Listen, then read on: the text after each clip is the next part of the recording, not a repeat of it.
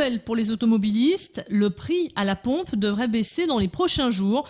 Le Premier ministre Jean-Marc Ayrault a annoncé une diminution modeste et provisoire des taxes sur les carburants perçus par l'État.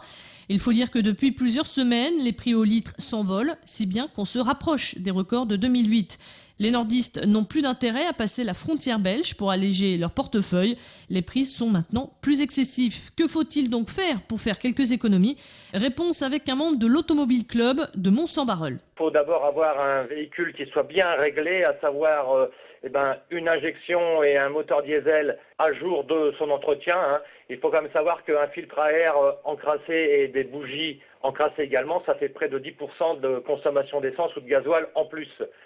Ensuite, on doit avoir des pneus qui soient gonflés correctement. Pourquoi? Eh bien, parce que si les pneus sont sous-gonflés, la partie en contact avec la chaussée est donc beaucoup plus importante, d'où consommation environ de 3% de carburant en plus.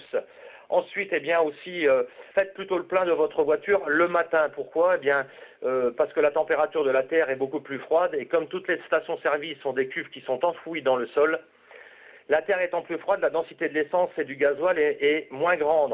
Si vous faites le plein l'après-midi ou en soirée, votre litre n'équivaut donc pas à un litre exactement, vous voyez. Ensuite, eh bien évidemment, utilisez la clim avec modération quand même, parce que, eh bien, ça fait consommer 15% en plus.